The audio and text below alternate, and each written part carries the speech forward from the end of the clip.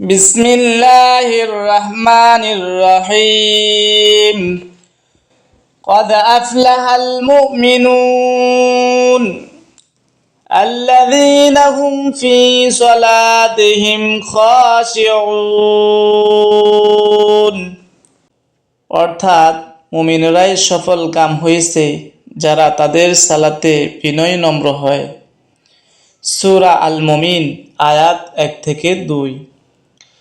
রাসূলুল্লাহ সাল্লাল্লাহু আলাইহি ওয়াসাল্লাম ইরশাদ করেন, মান হাফাযা আলাইহা কানাত লাহু নূরান ওয়া বুরহানা ওয়া নাজাতান ইয়াউমাল কিয়ামাহ।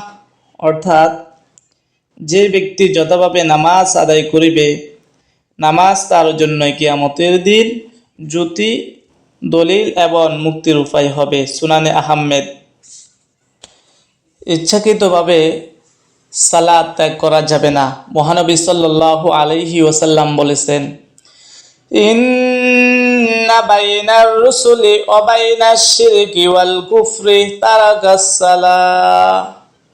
অর্থাৎ বান্দা এবং শিরিক ও কুফরের মধ্যে পার্থক্য হচ্ছে নামাজ পরিত্যাগ করা। মুসলিম শরীফের হাদিস। এজন্য আল্লাহ তাআলা ইরশাদ করেছেন, ইয়া আইয়ুহাল্লাযীনা আমানুস্তাঈনু বিস-সাবরি ওয়াস-সালাহ। অর্থাৎ হে ঈমানদারগণ, তোমরা সালাত এবং ধৈর্যের দ্বারা সাহায্য প্রার্থনা করো। সূরা আল বাকারা আয়াত 153। আল্লাহ তাআলা আরো বলেন, ইন্নাস সালাতা তানহা আনিল ফাহশাই ওয়াল মুনকার। অর্থাৎ নিশ্চয় নামাজ মানুষকে অশ্লীল ও খারাপ কাজ থেকে বিরত রাখে।